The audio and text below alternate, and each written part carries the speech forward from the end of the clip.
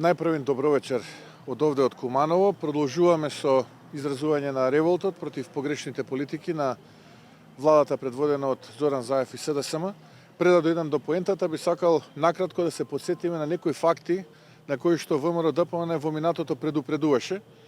Ке започнам од самото подпишување на договорот за добрососедство со нашиот источен сосед, кога предупредувавме дека само политички аматер може во договорот да вклучи разрешување на историски спорови и тие да бидат понатаму критериум за напредокот на државата во рамките на интегрирањето кон Европската унија, но за жал тогаш бевме од Зоран Заев брутално и грубо одбиени.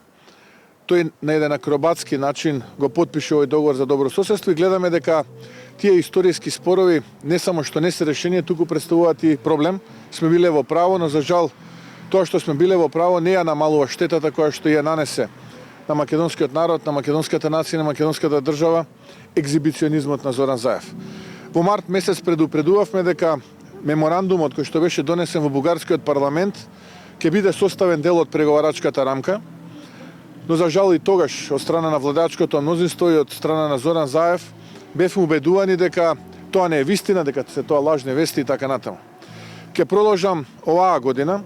Јас лично предупредив дека на состанокот помеѓу министрите за надворешни работи на Македонија и соседна Бугарија од нашиот министер е побара нов договор или анекс кон договорот или некој документ кој што ќе има нова правосилна рамка и ново правосилно значење. Исто така бев брутално навредуван од страна и на Зоран Заев, и на Бујар Османи, и на Никола Димитров дека се тоа лажни вести, дека тоа не е вистина и така натаму.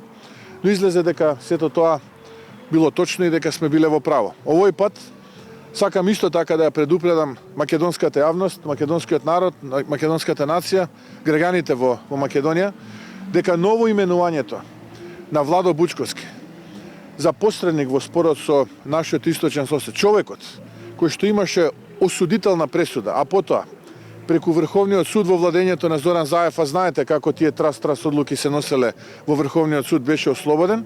Човекот кој што беше осуден за проневера со тенковски делови за бугарските тенкови, денеска треба да го решава историскиот спор со соседна Бугарија, представува вовед во едно ново апокалиптично сценарио, вовед во едно ново предавство кое што ќе треба да биде извршено и врз македонскиот народ, македонската нација и македонската држава, асимилација на македонскиот народ, на маса се македонската историја, македонскиот јазик, традиција, обичаи и откажување од македонското национално малцинство кај нашиот источен сосед.